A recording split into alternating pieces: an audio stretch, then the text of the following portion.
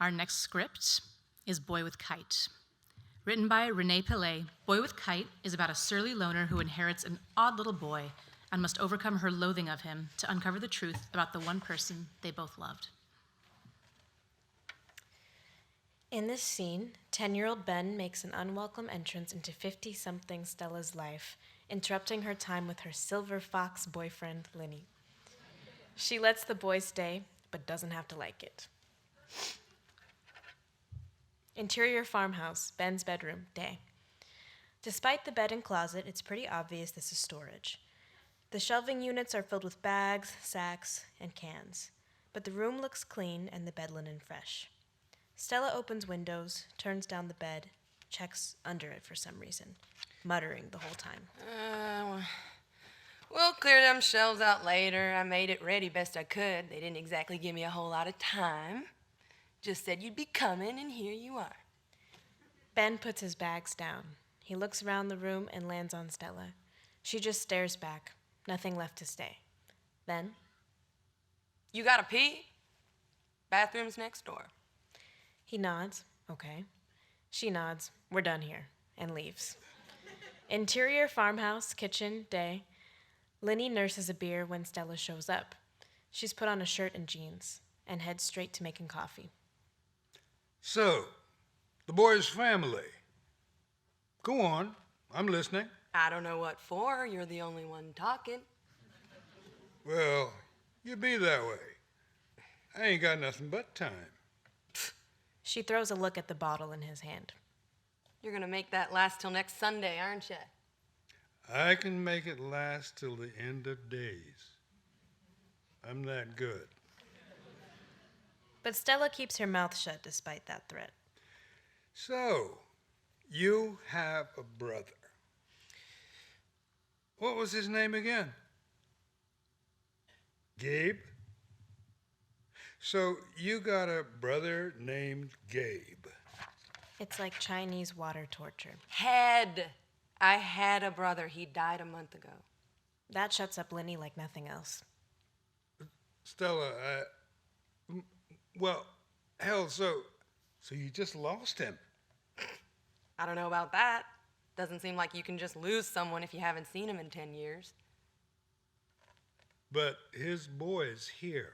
Well, that's because you're looking at the winner of the little orphan lottery. Turns out, I'm the only blood he has who's not worm food. Ain't that all kinds of fucked up? About as fucked up as us being together for 7 years and this being the first I heard you're having a brother. Linny, don't. I'm not. You are. Putting his hands up, Linny surrenders. Okay. So I'm gonna go. I'll let you get your stuff settled. I'm plenty settled. Good. It'll give you more time to get the boy settled in then.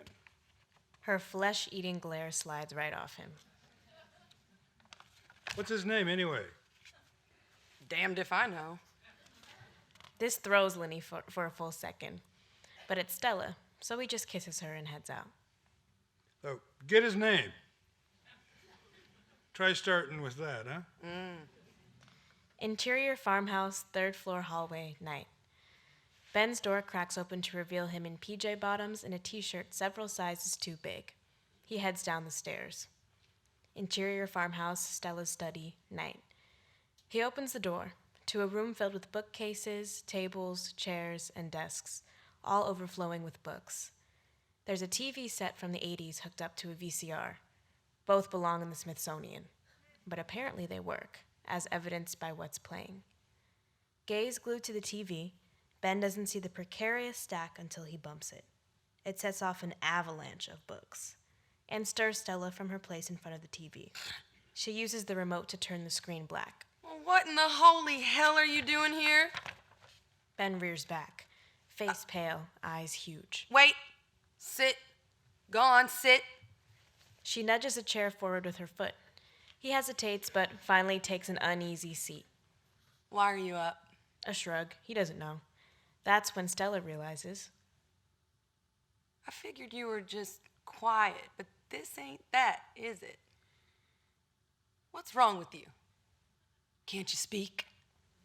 No response, just those watchful eyes. So why are you up?